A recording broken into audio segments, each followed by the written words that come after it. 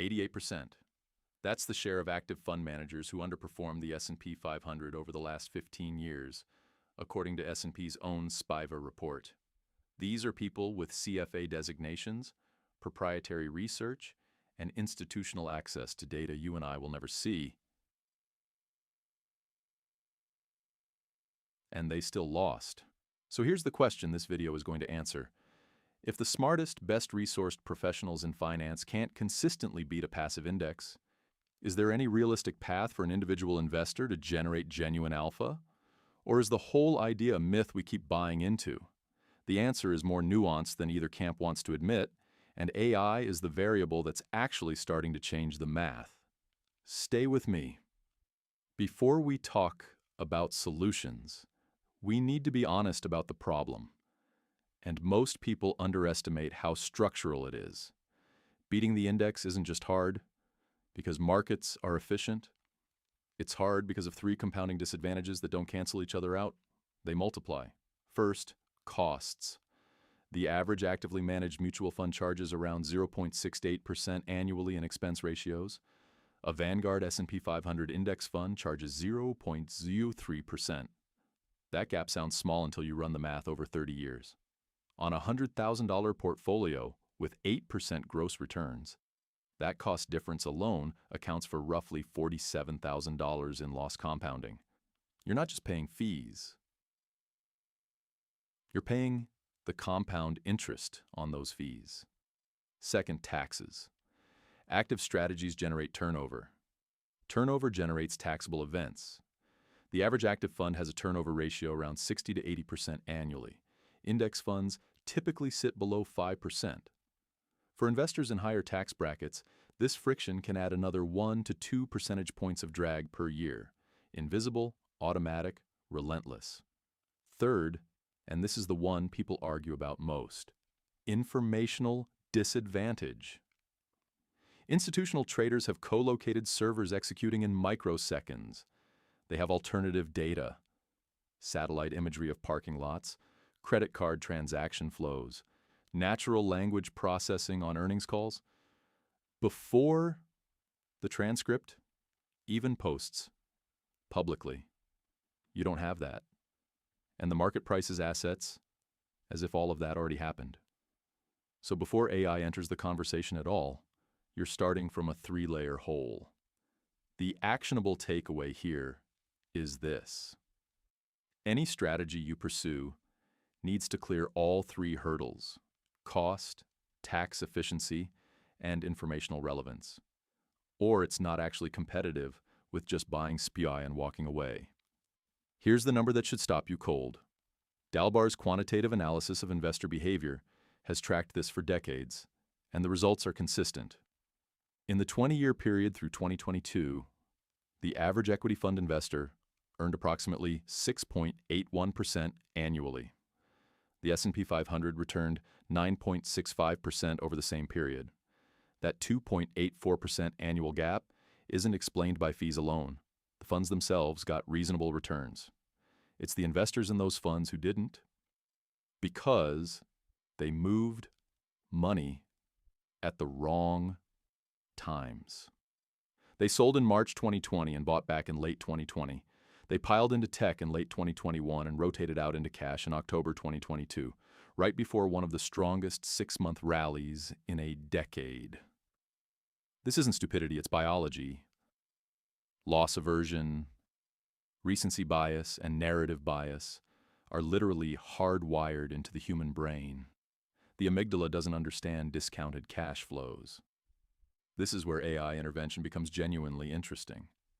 And this is also where I'll weave in the appropriate caveat. None of what follows is financial advice. It's an analysis of tools and their documented capabilities. Modern AI systems trained on behavioral finance research can flag when your proposed trade matches a historically losing pattern. Platforms like Composer and Snowball Analytics use rule-based and machine learning engines to take discretion out of rebalancing decisions entirely. You set the rules in a calm state, the algorithm executes without emotion. Research from Vanguard estimates that behavioral coaching alone adds approximately 1.5% in annual returns for investors who follow it. That's not alpha generation, that's alpha preservation. And for most retail investors, stopping the bleed is more impactful than finding the edge. Let's be precise about what AI can and cannot do here, because the space is full of overpromising. AI does not have a crystal ball. A large language model summarizing analyst reports is not generating alpha. It's generating convenience. The edge in AI-assisted investing comes from three specific applications that have measurable track records. 1. Factor screening at scale. Systematic factor models, value, momentum, quality, low volatility, have been academically validated since the 1990s. The problem for retail investors was always implementation. Running a multi-factor screen across 5,000 stocks, rebalancing monthly, and doing it tax efficiently required institutional infrastructure. Tools like Portfolio, 123, and Quantopian successors now give individuals access to this at sub-$100 monthly price points. The AQR quality, minus junk factor, for instance, has historically delivered 4 to 5% annual excess return over comparable benchmarks.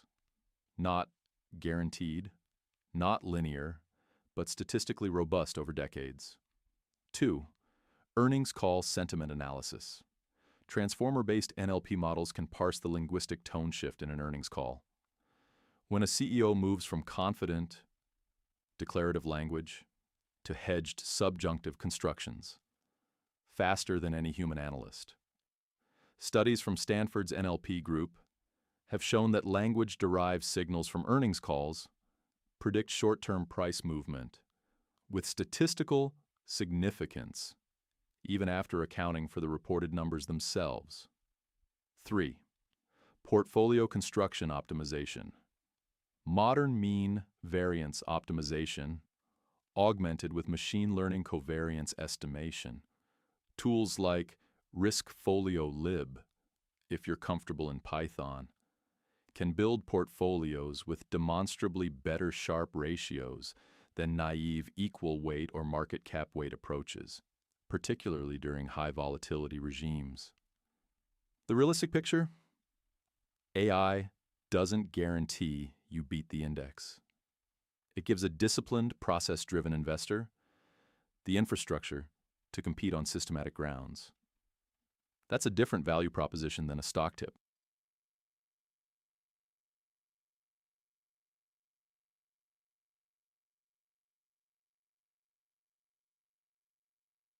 One that's actually worth pursuing.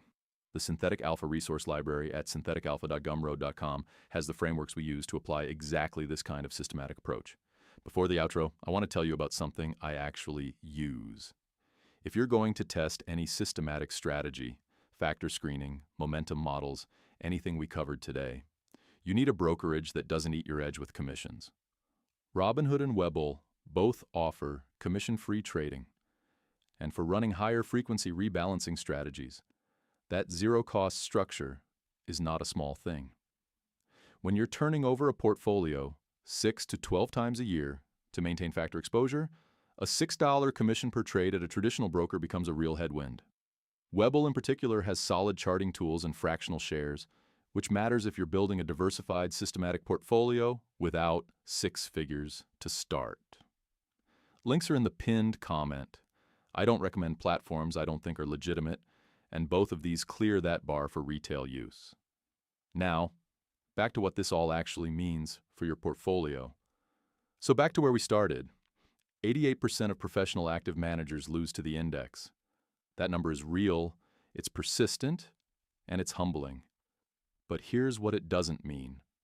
It doesn't mean the game is unwinnable. It means the game has changed. The investors who are beginning to close that gap aren't doing it with hot tips or gut instinct. They're doing it with systematic process, behavioral discipline, and AI tools that were genuinely unavailable 5 years ago. The follow-up question this raises, and what we're covering next, is which specific AI tools have documented, auditable track